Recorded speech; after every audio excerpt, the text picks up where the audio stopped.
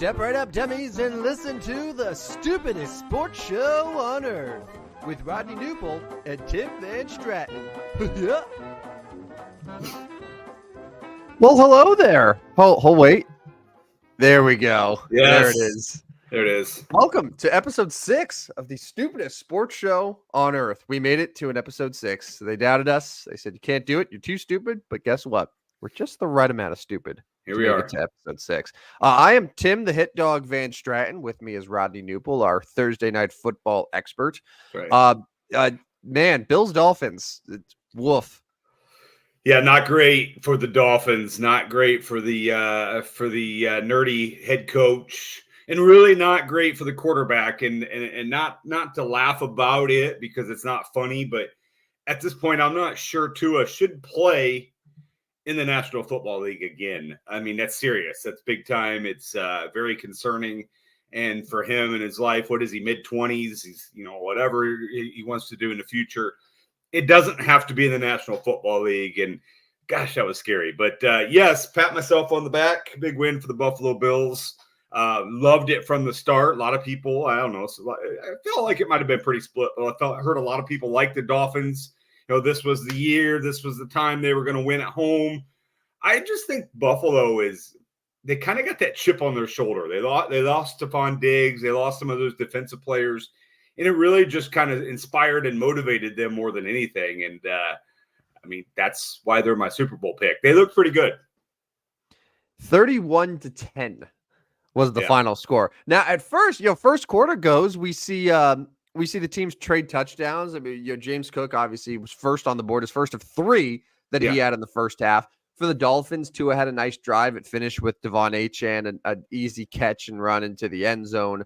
And it had the makings of, this is going to be a pretty decent game. And then it just sort of unraveled where Tua threw another interception. And honestly, I would say the first 2 interceptions I would not even put on Tua. Yeah. The first guy was not looking for the ball. The second one to Robbie Chosen, formerly Robbie Anderson, he came in. Tua clearly expected him to continue going out, and it just went right into the arms of the Buffalo safety. The third one, the pick 6 that we had early in the second half, that I will put on Tua. And at that point, it was like, all right, well, all hope is lost here. Yeah, it's funny. I mean, going into halftime, it was only a 2-touchdown game. It wasn't like it was this insurmountable lead that Buffalo built up, but it seemed pretty apparent that the Dolphins were not going to, hey, Tua, go and just bomb this out. We're going to absolutely go. And we're going to be aggressive. Like after that second interception to me, and we were talking about it a little bit on Thursday, that they were playing ultra conservative. Yeah. There was a lot of running the ball. I mean, Devon Achane was a game time decision. They still gave him 22 carries and 7 receptions. I mean, that is 29 touches. Oh. That Devon Achane had for a guy that was a true game time decision. Like they relied on their running back because they didn't trust Tua to throw the ball down the field. Tyreek had 3 catches. Yeah. Jalen Waddle had 4 catches. It's just not the Dolphins that we're used to seeing, but I think Buffalo just absolutely took those options away and forced Miami to play a conservative style of football. And look, there's a reason that the Bills have now won 12 of their last 13 games against the Dolphins. Yeah. They know how to play this team, and it's a very one-sided rivalry. Are we sure Miami's all that good? Don't get me wrong. Like, yes, it's easy to say now going forward because they're probably going to be playing Skylar Thompson. So, like, I'm not asking for to be right after week 2 on Miami, but I don't know as if they're all that good or they got hot, caught lightning in a bottle, got their offense going, but then kind of caught up to them a little bit last year. I don't know if Miami's that good. Well, in our season projections where we were going through, I had them at 9 wins and missing the playoffs. So I wouldn't be shocked at all if this Dolphins team takes a step back comparatively to what we've seen the last couple of years. Yeah. Their big issue has been ending the season. It seems for whatever reason, once the weather starts to turn, it gets cold, your team gets beat up, playoffs are right on the horizon. That's when the team begins to crumble a little bit. But week 1, the Dolphins barely beat the Jaguars at home, needed a last-second field goal to do it, and then we're not competitive at all against Buffalo at home. Yeah, you got to be in a little September concerned. in favorable conditions for you. So and it's only going to get more difficult from here the more banged up you get. And yeah, realistically now, as you said, you're facing a scenario where two is out.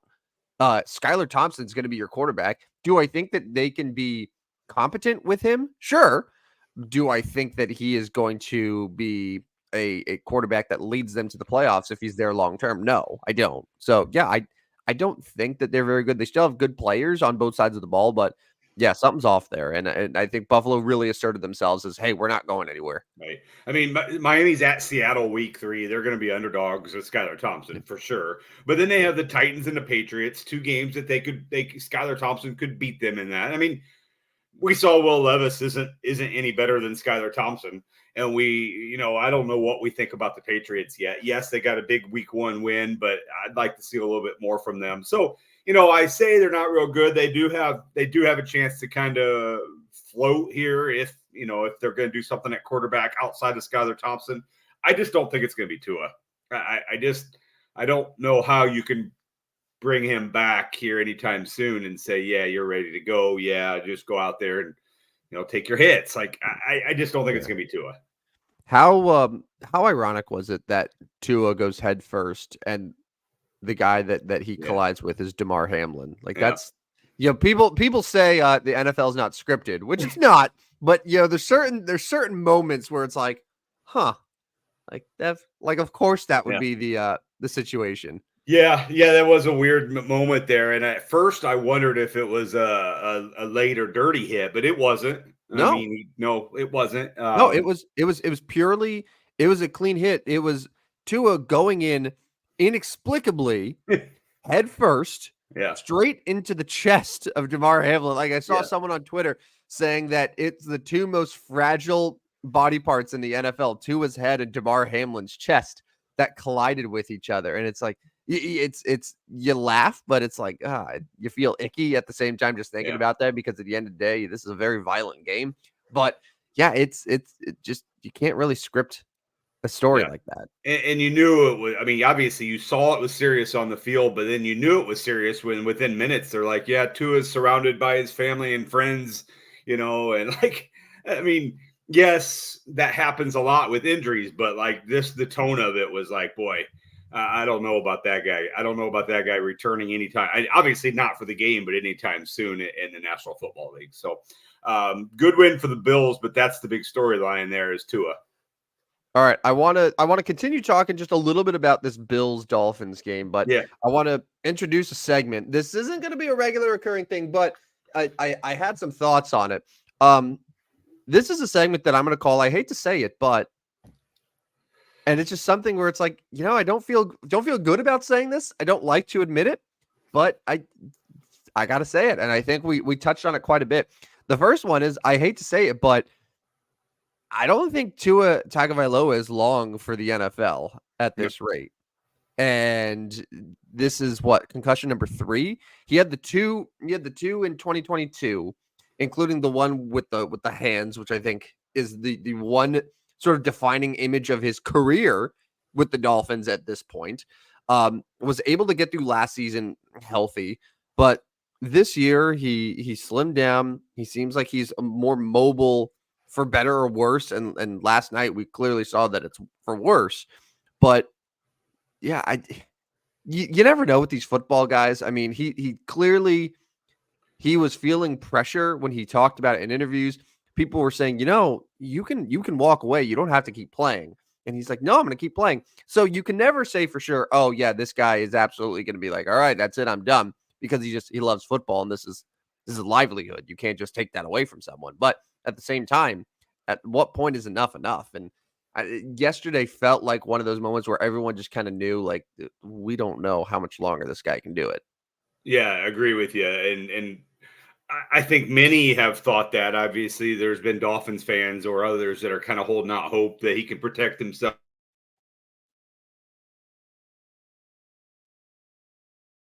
Go head first like that. That's, I mean, I hate to say it there, but like he put this one on himself. He did. I hate to say it, but he caused this one himself.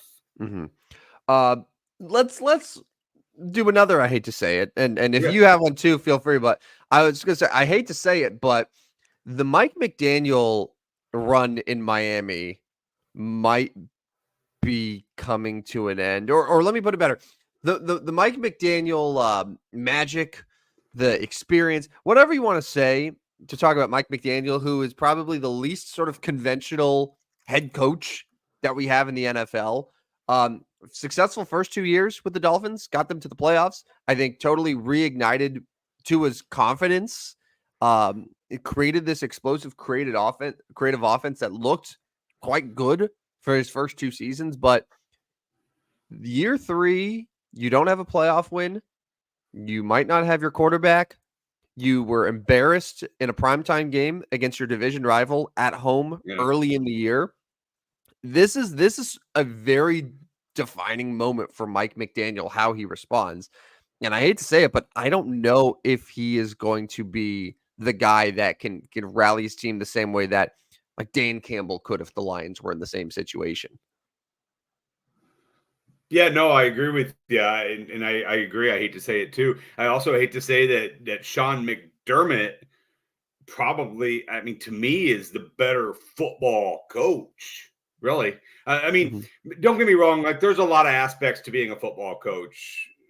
Sean McDermott, I think, is the better game leader, rallier of his team. Mm-hmm. Obviously, McDaniel is really good with the flow of the offense when he's got all of his guys, the creativity. But man, McDermott's teams have just continually looked ready more than McDaniel's team has. I mean, I think again last night, like his team just didn't look ready. They did not look ready to play. And if you got one game on the line, are you taking McDermott or are you taking McDaniel? I mean, one game. I'm gonna go with the coach that's won playoff games. Yeah, Like and no that's Super what it Bowl comes down yet, to. obviously. Yeah, I mean, and if you look at McDaniel, his tenure with the Dolphins, it's been the same thing the last 2 years. Great start, Yeah, rocky finish, and then out in the first game of the playoffs. Last year, they had a chance to win the division in Week 18. They played Buffalo. They lost to Buffalo, yeah, and as a result, they had to go to Kansas City, play in negative temperatures, and they got their ass kicked. yeah. Like that was a huge difference. Otherwise, if they win that game against Buffalo, they're at home. They play Pittsburgh? Like it's Yeah. a totally different scenario. So it's when push comes to shove, they just haven't been able to do it. And yesterday, even though it was regular season, it was week 2. It was one of those situations where if the Dolphins win, it is a huge statement for them to get that monkey off their back to say, hey, we are just as good as the Bills. We can win this division. And what they showed yesterday is that they're not even close.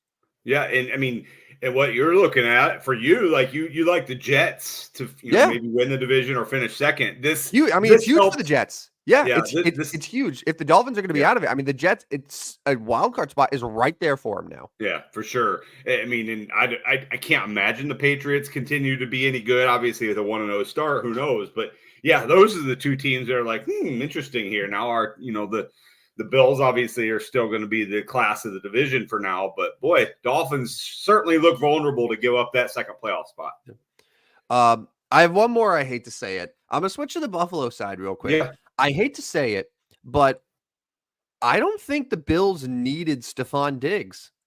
I No, don't get me wrong. I agree. Like Stephon Diggs has been an exceptional piece for that team for the last few years, but I think trading them when they did so far, they don't have that number one, but I think we're seeing Khalil Shakir sort of become the lead option there. But I think we're going to see an offense that James Cook gets a lot of run at, but Josh Allen is just going to throw all over the field. There's not going to be a set guy. There's no Diggs that the defense is going to focus on. Tonight it might be Shakir. Next week it might be Kincaid. Keon Coleman didn't have a catch, but I wouldn't be surprised if the next game Keon Coleman is a heavy part of the game plan. Like it will work for them, at least for right now, to not have that receiver that defenses are focusing on. Yeah, and kind of on the negative side, like and not have that receiver that's complaining all of Mhm. the time about Mhm. not getting the ball from Josh Allen. Like, Josh Allen at some point last year had to be like, dude, just stop. Like, stop complaining about not getting the ball. I'm trying to get you the ball. If you're open, I'm going to try to get you the ball. Like, it's hard to get you the ball every dang time you want the ball. So, yeah, I mean, the drama left the locker room. They look good. I mean, he was good. And you're right. Like, this is not necessarily a knock on Stephon Diggs because he's a great receiver. He had 2 touchdowns with Houston. He's going to have a bunch this year. I would guess he may have double digits this year for Houston, but it just didn't work for him in Buffalo. And that was not that I'm necessarily bragging about the fact that that's why I picked, but that's kind of why I picked Buffalo. I'm like, I feel like they have kind of the monkey off their back, that they got rid of some of the drama. They got rid of some of the pressure of getting the ball to him. And they're going to have guys step up, and we'll see. I mean, it's 2 games in, but I'm with you. I hate to say it. I don't think the Buffalo Bills needed Stephon Diggs either. Who do the Bills have on their upcoming schedule here? That's because Yeah, I'll pull we that up. both have them winning the division. Arizona to start wasn't a terribly difficult game. They made it probably a little bit more difficult than it needed to be. But Yeah. at Miami week 2, I think everyone was looking at that early on and saying, "Oh, that's going to be a tough one." Yeah, Yeah, go ahead. Go ahead. Yeah, so their schedule's not easy. I mean, they got Buffalo, or they got Jacksonville Monday Night Football coming up. That's a very winnable game. They'll be favored, but they go to Baltimore, they go to Houston, and they go to the Jets in their next 3 games after that. That's 3 straight road games. Now, I think they're all away. I always get confused with like the London games because it sometimes mentions, and what I have up here doesn't. But I don't think those are London games. No. The times would indicate they're not. So, Sure, but 2 of them are prime time. The Baltimore game's Sunday Night Football. Yeah. Then just regular noon kickoff for Houston, and then they're Monday night again for the Jets. Yeah. So later in the year, Buffalo has this is just before Thanksgiving. They host the Chiefs. They have their bye week around Thanksgiving. After bye week, they host the 49ers. They go to the Rams and then to the Lions. So they're gonna have a stretch for sure. Yeah. Where we're really gonna see how good this team is. If Tua is out long term, that's really gonna take Miami out of the mix. Yeah. The Patriots aren't going to be in the mix, and then we'll see what happens with the Jets if the Jets can be good enough realistically to take that division. But I mean, you're still probably getting at least 11 wins. I would say 11 wins this division. Yeah. At this point. No. Yeah. I mean, Buffalo's going to lose games. I mean, they're with that schedule, they're going to lose games. 3 straight road games, 2 straight big ones towards the end. So yeah. 11-6, 10-7 could win the division. This could be a scenario where it is a 10-7 divisional winner and everybody else is at 8-9 or worse. I could certainly see that. All right. Do you have any more? I hate to say it, butts, or should we move on to some college NFL talk? No, I think all 3 were good, and I think we're all on the same page on all those. Really, we just kind of have a little bit different angles on them, but yeah, that's a good segment. Every once in a while, we'll have to bring that one back. I hate to say it. Well, that's just I was thinking that game was ripe with I hate to say it, butts. It's how it happens. I don't know. But yes, this is another weekend of college and NFL football. You and I were talking a little bit before the show, Rodney, and this college slate, we'll start there. Not the most inspiring. There's an argument that one of the best games is tonight, we're Friday night game, number 20 Arizona at number 14 Kansas State. That is spoiler alert, something that might or might not be discussed in Best Bets for Betting, which will of course have another edition of here in a little bit. But are there any other games? There's Alabama, Wisconsin, which should be a good game. Is that where's game day going this week? I think they are going to Madison, aren't they? Or is it South Carolina? Is it LSU South Carolina? It might be that one. Game day. Yeah. So yeah, I mean, Alabama, Wisconsin theoretically is a good game, but it's a 16. But Alabama's going to crush them. Yeah, I mean, it's a 16-point spread. And, we saw Wisconsin last week obviously get a little bit, Alabama get tested by South Florida. But I think that was more of just South Florida has figured something out to compete with the Crimson Tide. I do not think Wisconsin will. Boston College at Missouri. I mean, somehow Boston College is ranked 24th in the country. I don't know if Doug Flutie came back or what, but they are 2-0. They beat Duquesne last week, 56-0. Oklahoma Tulane's not a terrible game. We saw Tulane compete with Kansas State. We saw Oklahoma kind of struggle with Houston a little bit.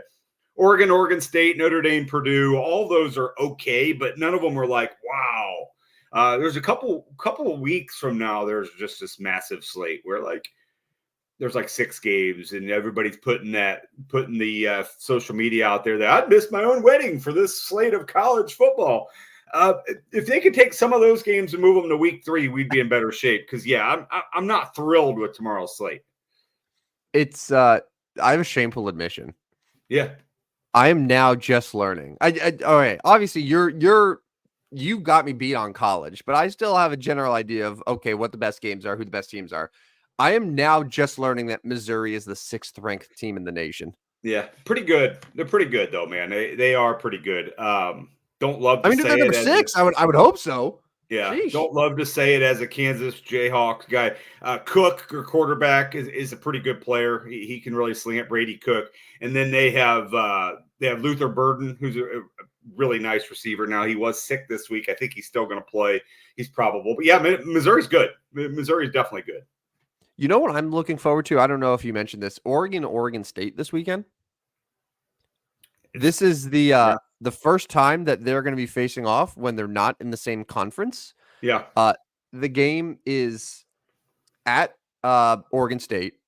So I'm wondering if you're going to have that, like, hey, you guys left the Pac-12. You think you're all that, and then there's going to be that sort of element to it. I think that could be a pretty good game. Well, it's weird because I'm used to it being that like late night Pac-12 game. Yeah. They're putting it right in the afternoon, 2:30 Central. I mean, we've seen Oregon struggle both games so far this year. So are we wondering how good Oregon actually is? They'll get tested. They're in Corvallis. I mean, yeah, you're right. Like, hey, you guys left us. Let's stick it to them. And then, and this is another one that we're going to talk about, the best bets for betting. How about the Big Ten opener for the UCLA Bruins? They get Indiana out to Westwood. Indiana goes to Westwood for a Big Ten opener. Listen, that UCLA Indiana football rivalry is well documented. Maybe if this was college basketball from the 70s and 80s, I think UCLA versus Indiana gets a pretty big draw. I don't know if they have much football history, but obviously that's going to change now. We could do a Bobby Knight versus John Wooden. That would be good. Yeah, that would be good. But yeah, other than that, though, like there's not really a ton of great college games. There's some teams that are on a bye, like USC isn't even playing this week because they're off. And then I think USC Michigan in week 4 is going to be a game that people are excited about. And we should have a lot more college stuff there. But should we transition to our favorite weekly game? Yeah, let's do it. It's best bets for betting. Do we want to do that now before we talk the NFL? Actually, you know what? Yes, let's go back. I got a little too happy. Yeah, let's do a brief rundown of the NFL games. I hate to pour it on and say, oh, well, this NFL schedule also isn't that great, but there's only a couple games on here that I'm looking at for Sunday where I'm like, oh man, this is absolutely must watch. I would say I'll give you my 3 favorites that I'm really looking forward to for this week, and not just betting, just purely I'm going to watch this. I'm going to enjoy it because it's football and I'm addicted. Maybe my number 1 is Bucs Lions. Yeah, it's a rematch of last year's NFC divisional round game. It was a good competitive game. It's the highest projected point total for the weekend at 51.5. The next highest was the Miami Buffalo game on Thursday, which of course fell about a touchdown worth under. But that Bucs Lions game, the Bucs offense looked great against Washington. Detroit had that gutted out win against the Rams on Sunday Night Football. So I think that should be a really fun game. I'm actually looking forward to 49ers. Just say it like it is. You're obsessed with Man Campbell. I am. No, I am. I 100% am. I love everything about him. He won me over. At first, I was like, "Oh, what is this? What is this meathead weirdo doing talking about eating kneecaps?" I think a lot of people thought that, but like the guy's a good football coach, and I think you can tell because the team has taken on his identity, and that is really the sign of a good coach. When you have a 53-man roster that buys into what you're selling, you're doing a good job. So, yes, that's my number 1 game. I was saying 49ers Vikings might be a game that I'm interested in. I think a lot of people are are now higher on Sam Darnold because of what he did against the Giants. Do I think that Sam Darnold will be better than he was against the Jets or with the Jets? Yeah, I do. He's in a much better situation. Do I think that he is going to come back down to earth a little bit against San Francisco? Probably, but it is also a revenge game, by the way. Sam Darnold against one of his former teams. Yeah, and what I see here, and what I mean, I heard a little bit of this from Colin Cowherd, who, love or like him, whatever, love or hate him, whatever. He is intelligent and does say some very intelligent things, and he was talking about how it's a quarterback head coach league, and Kevin O'Connell is actually very underrated as a head coach, in my opinion, and I think he's going to have his Vikings very prepared for this game. Now, don't get me wrong, Shanahan on the other side, also very intelligent, very good head coach. I think you're going to see Minnesota at home. Now, something that I don't know really been talked about, the West Coast coming all the way to the Central Time Zone for a noon game. Now, I know it's not the East Coast, but they got to go all the way to the Central Time Zone, play an early game. San Francisco coming off that very dramatic win, where, you weren't sure they were going to win. Then they came out and played really well on Monday night. They do have short rest coming into this one. We'll get to this one in best bets for betting, but I do love this game as well. I think this can be a very competitive game. And then the other one that I'm really looking forward to, I guess it's a tie. I'm going to give you two that I'm tied on. It's Bengals Chiefs, and I think I'd be a lot more excited about it if this game was in week 12 as opposed to week 2, just because the Bengals are notoriously slow starters. And then Bears Texans. I think it's a good Sunday night game. I'm excited to see what Caleb Williams can do in that type of pressure, like at Houston against CJ Stroud and a Texans team that really, I think the Bears are trying to be the 2024 version of the Texans in a lot of ways. So yeah, it's both those games. Kind of a toss up there, but I'll just give you a brief rundown of the week 2 games. So Giants Commanders. And you could stop me at any point if there's a game that you are really fascinated in here. There's Saints Cowboys. Yeah, let me talk here on Giants real quick. We talked. I am high on Daniel Jones this week, and it's mostly because the Commanders are terrible on defense. They're terrible on defense, and until they show me they're not terrible on defense, I'm willing to spend the 56 or 5,900, whatever it is, on DraftKings to play Daniel Jones and be able to load up at other positions. My problem right now is who to match Daniel Jones with in that Giants receiving core, because Malik Neighbors did not practice this week, or at least yesterday. I don't know what his status will be today. Is it Wan'Dale? I don't know, but I am a little bit high on Daniel Jones, and I will go, and I know I'm not going to take this in the best bets for betting, but I'm going to take the over this game, 43.5. I know many are going to be on the under, but I could see a 24-20 type game where it does go over. So I'm higher on your boy Daniel Jones than you are. It's just a bad time. It's a bad time to be a fan of that team in a lot of ways. I mentioned Saints Cowboys, Bucks Lions, Colts Packers. Likely no Jordan Love. They're really non-committal to what their quarterback situation is going to be. Indy's a favorite right now, 2.5 points, assuming that it's Malik Willis instead of Jordan Love. But I'm curious to see how that game looks. Probably see a lot of running the football on both sides. Jets Titans. We'll see how legit the Jets are against a team that's not the 49ers, right, but still got to go on the road against a Titans team that probably should have beat the Bears. 49ers, Vikings, Seahawks, Patriots, Chargers, Panthers. Do the Panthers get their first win?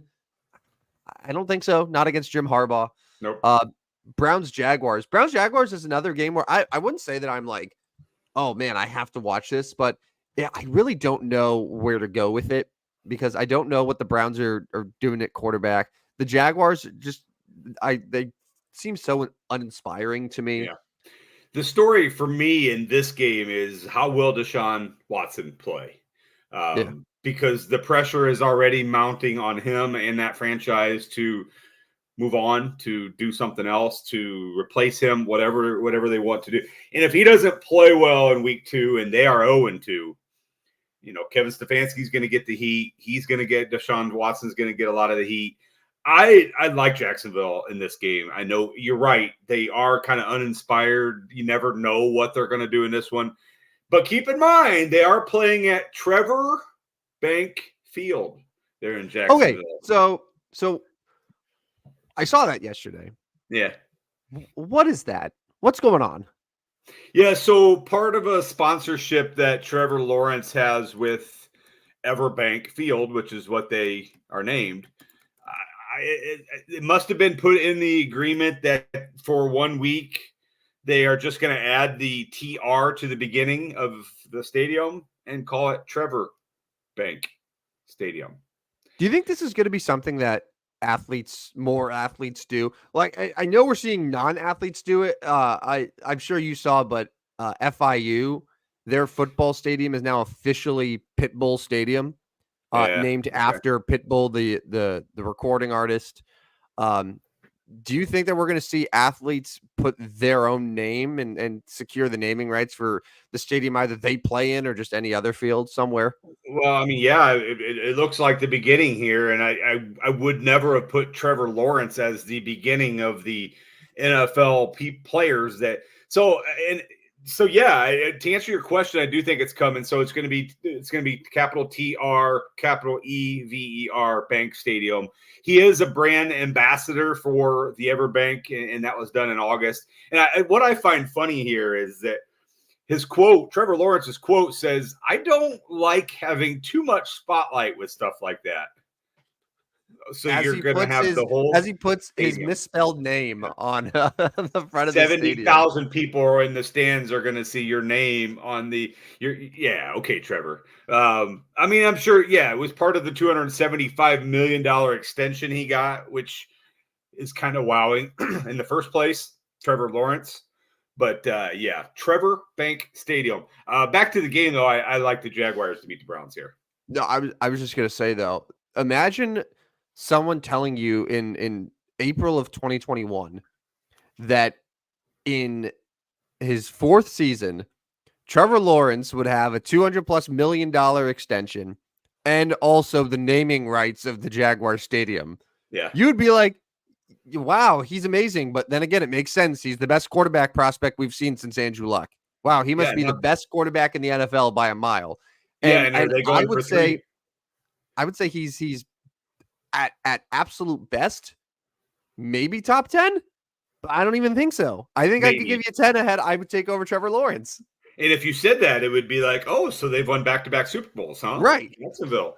That's awesome. They got a Super Bowl and they contended for the next one. But no, Jacksonville missed the playoffs last year. They did not reach the playoffs, and I are 0-1 this year. So big game here, actually, for both these teams, because both these teams have talked about wanting to or be playoff teams. And I don't know as if I see it on either one. I thought Jacksonville would bounce back a little bit this year, and they did play decent in week one. They weren't terrible in week one. They had Miami on the ropes. But, yeah, big game for both of them here in week two.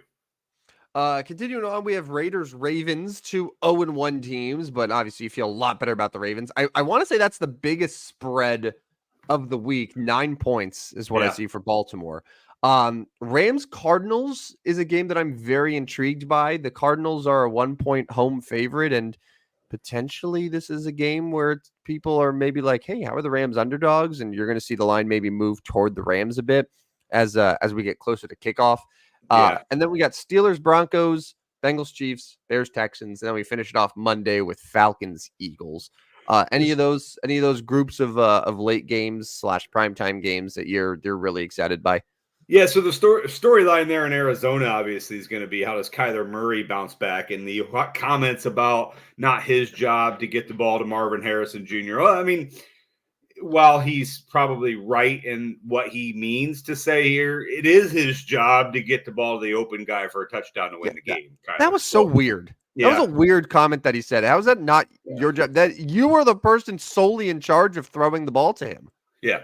Yes. Very, very odd comments. And then, for the Rams, like Puka's out now. So, and Cooper Kupp looked tremendous. So is he going to get even more possible targets this week? Are they going to have another receiver step up? Is Kyron Williams going to be involved? I mean, in the end, in the end, Sean McVay is still going to have a great game plan. I 100% think that. But that is an interesting game there in the NFC West. The other ones I wasn't super thrilled about, the Steelers, Broncos, even Falcons, Eagles. A lot of people think that the Falcons will compete with the Eagles. It's Kirk Cousins on Monday Night Football. I mean, I'm probably taking the Eagles. This is not a best bet for betting because I'll decide on this one Monday. I'm probably taking the Eagles, though. I'm just not going to buy into the Falcons going on the road competing with Philadelphia.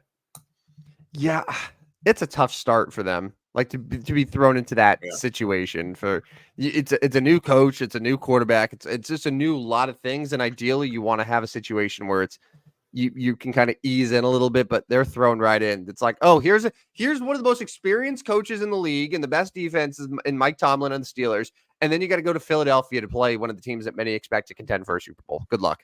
Yeah, not easy. Not easy. Yeah, and if the new head coach there, a little pressure already going 0-2 would not be great. But yeah, it should be. I mean, it's going to be a decent game. Kirk Cousins is going to sling the ball around, but I mean, you would think we thought that we thought we'd see it, but and then again, I do think the Eagles' pass defense is a lot more susceptible to big plays than say the Steelers are. Yeah, and they're going to have last year had like the worst.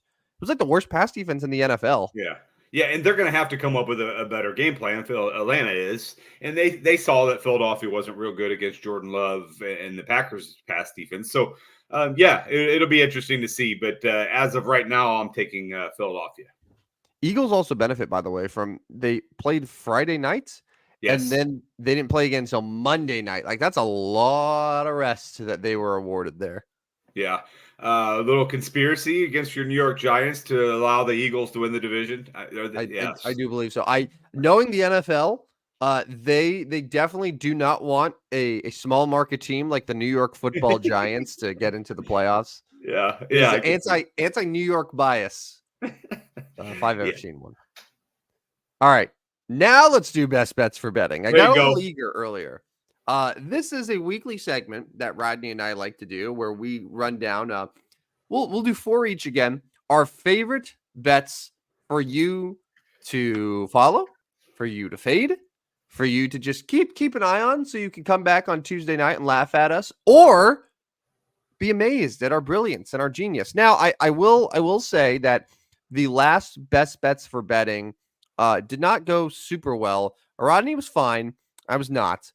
You went 2-2 last week. I don't need to talk about it, but you're coming in to week 3 of best bets for betting with a 4-3 record. So you have 1 units.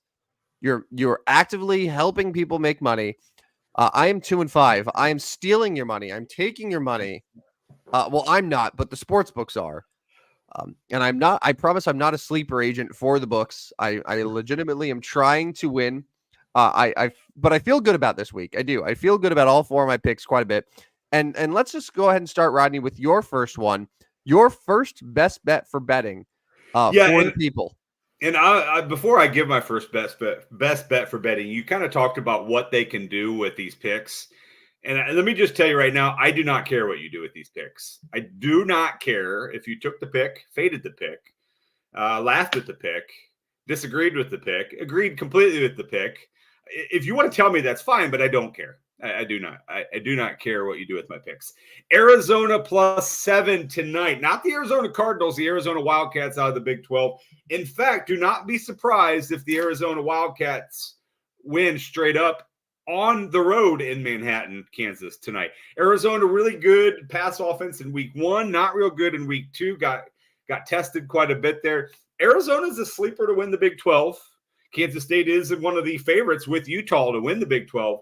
But I'm going to take Arizona in that pass offense to compete, and I will take them to cover +7 on the road in Little Manhattan tonight. Go Wildcats, as they're both Wildcats, but I'll take Arizona +7 on the road. My best bet for betting, I'm going to stay in the NFL. I'll let Rodney handle the college stuff, but I want to look at this Cowboys-Saints game. Both the Cowboys and the Saints had very enjoyable week 1s. The Saints put an absolute mauling against the Carolina Panthers. But the Cowboys not only went on the road, where everyone was like, oh, the Cowboys on the road. I don't know. They don't look so good. went to Cleveland against a team that people, including myself, liked to be in the playoffs, and they destroyed them. They murdered them. They ripped out their heart and their soul and their guts, and they just left it out on the field. Now the Cowboys are back home, where everyone knows the Cowboys are one of the best home teams in the NFL. They welcome the Saints. And I gotta say, I have it at 6.5 right now. I'm seeing ESPN Bet actually has it down to 6. The Cowboys are going to win this game by double digits here. Don't overthink this, people.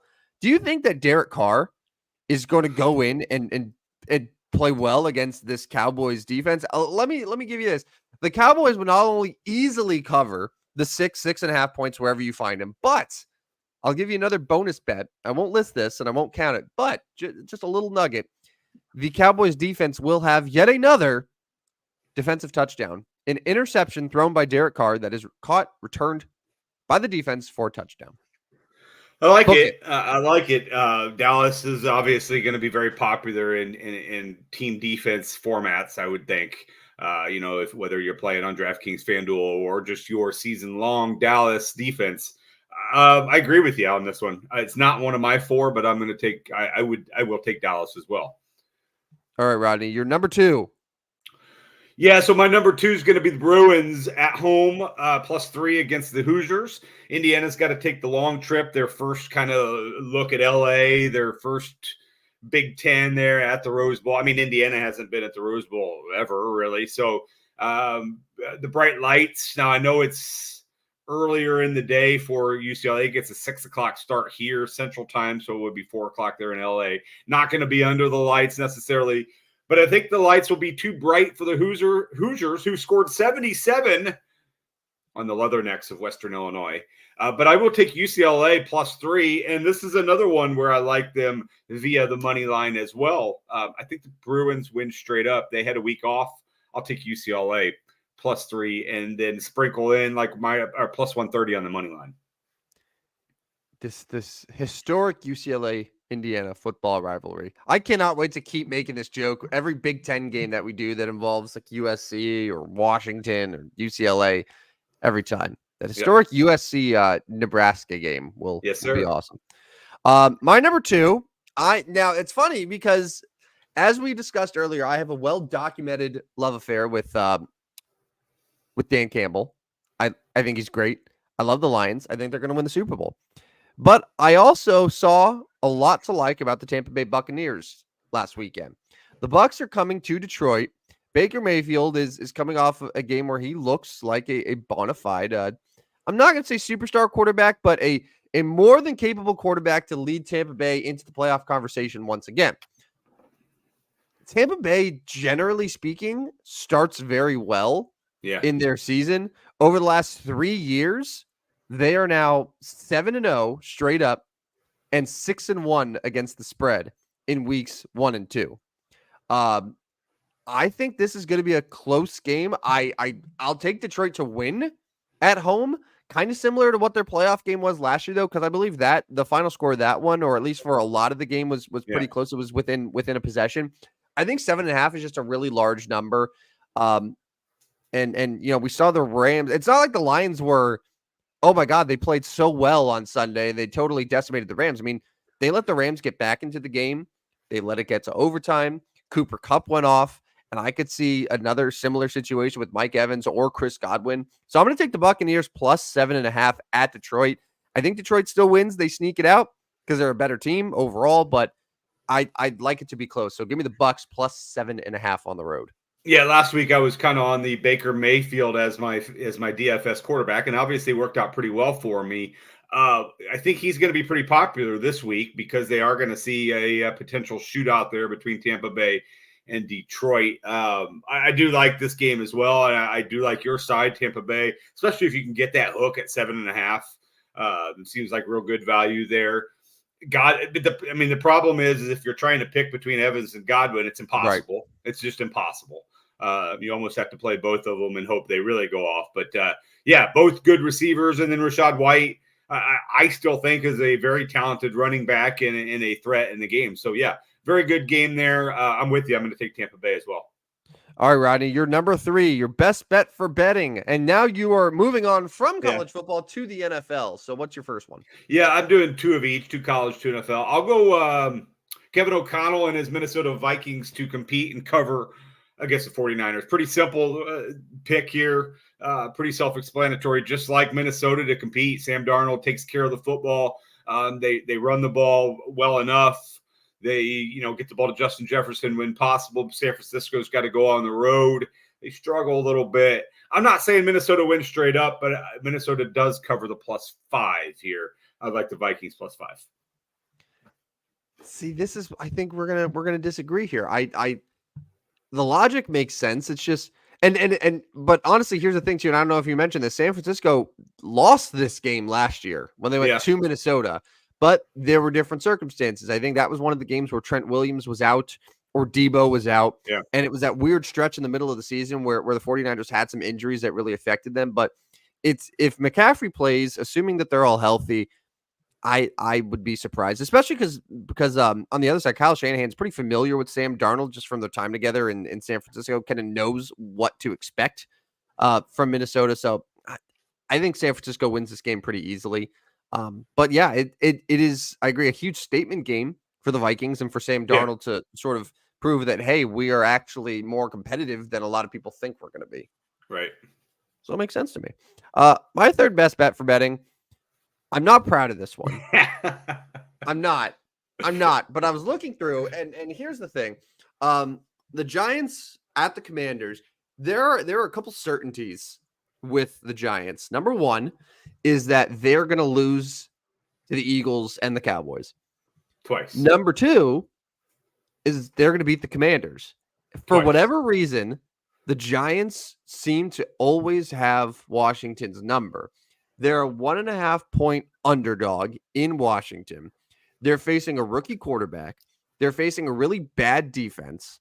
Daniel Jones is Daniel Jones, but again, against a Washington defense that is coming off of one of the worst seasons statistically that we've ever seen from a team defense and didn't look exactly any better against Tampa.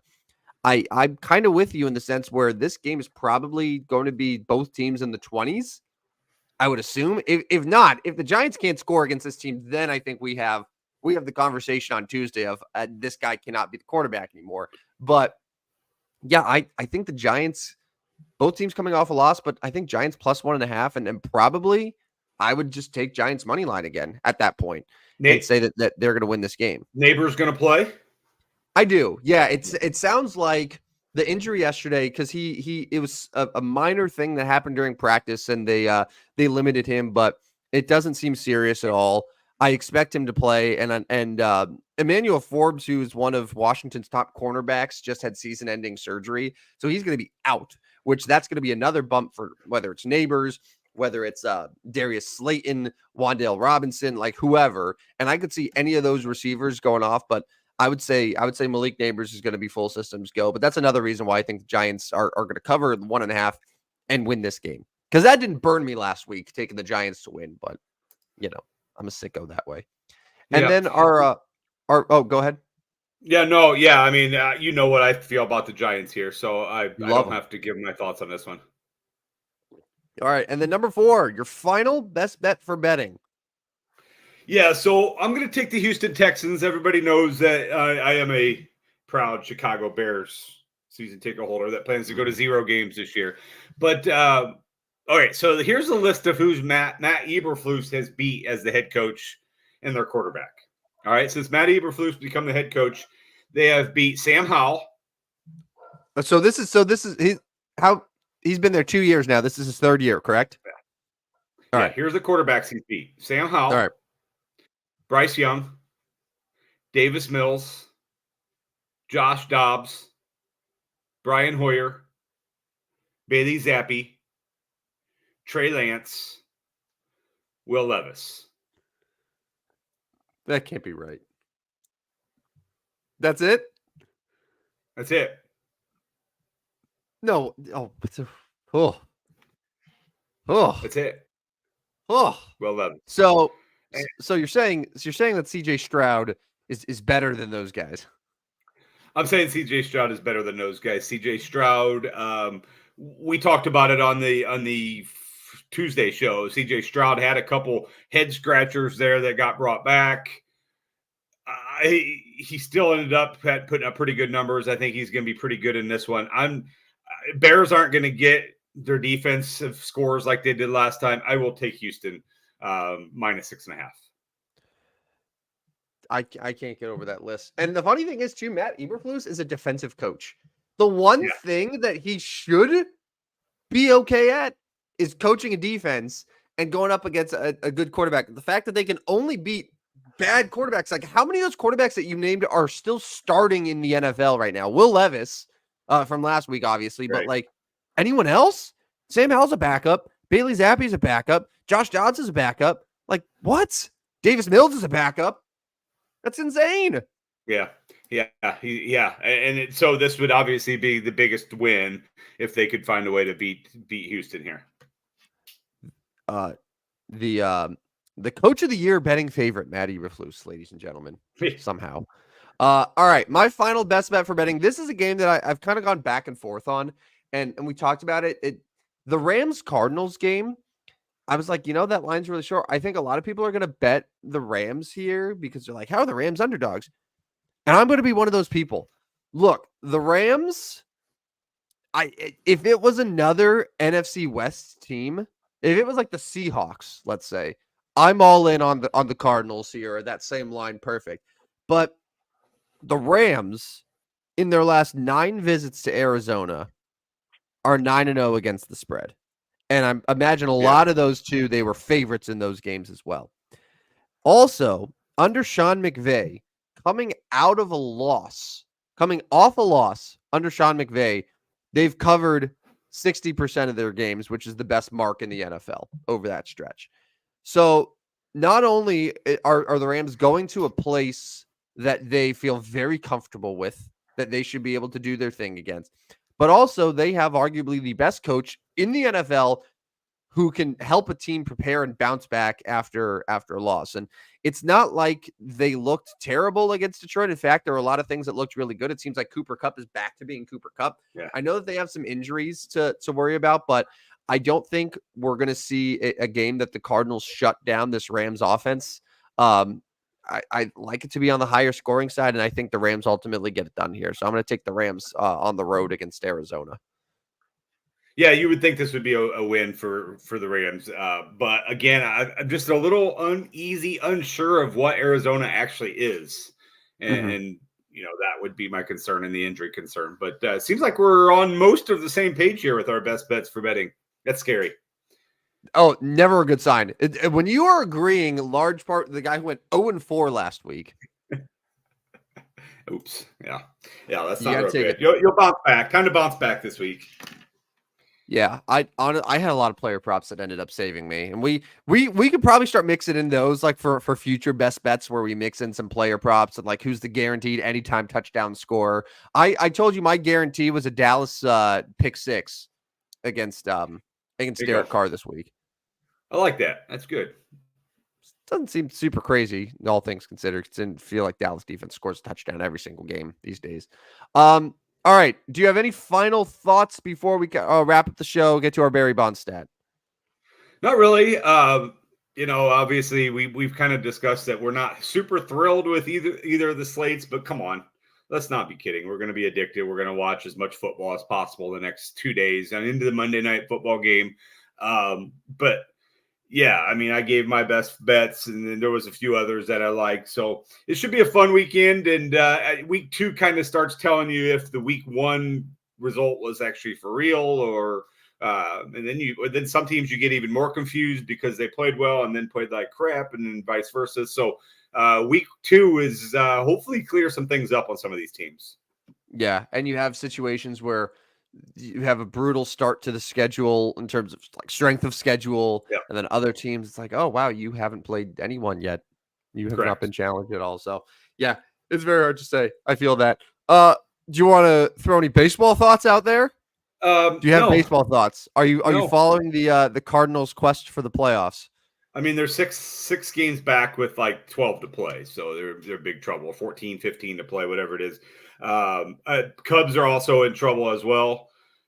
Cardinals are 10 back of the division, which means they are 5 back of the wild card. 5.5, excuse me. 5.5 of the wild card. Not going to happen. Well, at least they're still getting 41,000 fans allegedly at every single game at Busch Stadium. They sure are. That's the important thing. All right. Do you have a Barry Bonds stat of the day for us? I do. So we've talked. I mean, this is only show 6, but we've kind of thrown a few out there. I know. We haven't got this one, so I'll just do this one. All right. So from 1994 to 2004. So that would be what, a 5-year span, 99, 2000, 2001, 2002. So are you saying 99 to 2004? 99 to 04, yeah. Okay. Barry Bonds only grounded into 33 double plays. Now you're like, okay, that's great. But that's the exact same amount of double plays that Juan Pierre hit into during that same period. Now, keep in mind, Juan Pierre was known as one of the fastest players in all of Major League Baseball during those periods. And also Juan Pierre, who hit 285 fewer home runs during that period. So it's not like one is known for their elite speed and one was known for their elite everything. And this just goes to show that Barry Bonds was the elite everything. 33 double plays during that short period of time. That's not very many. I mean, There are some dudes that will ground into 33 in a season. They pound the ball on the ground to short. Nolan Arenado has probably got 33 in a month. I mean, he grounds the ball to short and hits in double play all the time. 33 double plays from 1999 to 2004. Same amount as Juan Pierre. That's impressive. Yeah, that's incredibly impressive. Yeah, I mean, so that's 6 seasons, right? That's 6 seasons, and so a little over 5 a year. Yeah, 5.5 double plays a year. Like Albert Pujols, so this isn't fair because Albert Pujols is the all-time major league leader in grounding into double plays. Yeah. But it's funny because it's comparable because he is one of the few members of the 700 home run club. There's 4 of them now. Yeah. There's 4 of them. Okay, so he's in that elite group with Barry Bonds. But yet, like, if you look at Albert's career, even when he was in his prime in St. Louis, he led the league. He would have 27 double plays in a season. Like, the most he had in the year was 29. The fewest he had in a year where he was fully healthy was like, 14, 15, something like that, which is already close to half of what Barry Bonds did over an entire 6-year stretch. So that's insane. Yeah. Barry Bonds is still insane at baseball. And that's why we continue to have these Barry Bonds stats of the day. It's a good bookend to the show, just to remind us of what a freak that guy was. But that'll do it for episode 6 of the Stupidest Sports Show on Earth. Reminder, you can follow us at Stupid Sports Show, no W, on Twitter. Follow us elsewhere, Instagram, YouTube, at Stupid Sports Show. Also, you can listen. We did a bad job this week, and I'll take the L for it of not promoting the podcast of episode 5. But a reminder that shortly after each episode that we do live, the podcast is up on Spotify, on Apple, on iHeart. It usually is uploaded probably within an hour of by the time we're done recording. So in case you miss any part of it or miss the whole thing and you want to just listen when you're in the car, on the go, doing whatever, you can find us anywhere you get your podcasts, the Stupidest Sports Show on Earth. Rodney, what are your weekend plans? Are you just gonna couch potato watch sports, or are you gonna do some pumpkin festival? What's your plan? So Friday is early out day for my kids. So in 2 hours, my kids are already out with school. Awesome. Love that. Love Fridays that they get out early. I am working the pumpkin drive-through across town over there by the Kisa. If you want to come get some of your favorite food, come see me between 4 and 5:45 this evening. Service with a smile, baby. Yep. My son's got a baseball doubleheader tomorrow morning, so will not be partaking in any of the festivities over there. And then after that, I am coming home for the weekend. I do have my Sunday morning show, 9 to 11 with Skeeter Robinson. I will tweet out that link Sunday morning. So if you want to listen in there, that would be great. Tim, you're always welcome to text in the show and join us that way, or even give us a call. That would be awesome. And I'm hoping Sunday is pretty lazy. I could use a lazy day, and looking forward to and be one of those days where like I'll have football on, but like may get outside a little bit. I'm not going to pigeonhole myself to a chair or a couch this time. I'm going to just kind of follow it in various ways this weekend. Yeah, that seems like a pretty good plan. I'm probably going to be similar. Saturday is going to be the active doing things day, and then Sunday is the day where it's like just leave me alone. I just want to watch football. I hear you. That's all. This is a dumb question because I used to work at the radio station that you do the show at with Skeeter for many, many, many years. Do the phones actually work still? They do. We did get a phone call last week. It came in nice, loud, and clear. The caller wanted to know about Jamar Chase. Okay. Which I will tell you, Skeeter and I were a little bit differing there.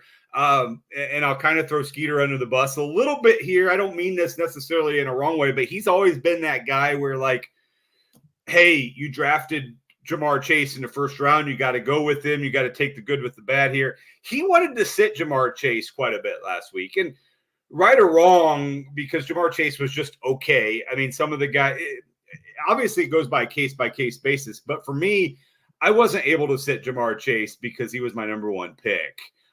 He still got you 8, 9 points, whatever it was that he got you last week. I just found it kind of crazy that he was so willing to sit Jamar Chase in week 1 after drafting him in round 1. So we did get a call on that. Yes, the phone lines work. That's good. Yeah. I'm glad they still work. I'm glad people are still calling into sports radio shows too. That's something like even after the world is long over, you're still going to get calls on a Sunday morning or a Monday after a football Sunday to just rant about things. That's the fabric of our nation. They're probably like 50 years or older, but yes, they are calling. All right, sounds good. Well, on behalf of Rodney Newpel, the Thursday Night Football expert, I'm Tim, the Hit Dog Van Stratton. Have a good weekend. We'll be back Tuesday night, 9 p.m. Central, to recap what's hopefully a very exciting week in football and a pumpkin festival and other things that happen on Rodney's fantasy show where people call in to ask questions. We'll recap all of it. So, Rodney, have a good weekend. I'll talk to you next week, pal. Sounds good. Step right up, dummies, and listen to the stupidest sports show on earth with Rodney Newpel and Tim Van Stratton. Yeah.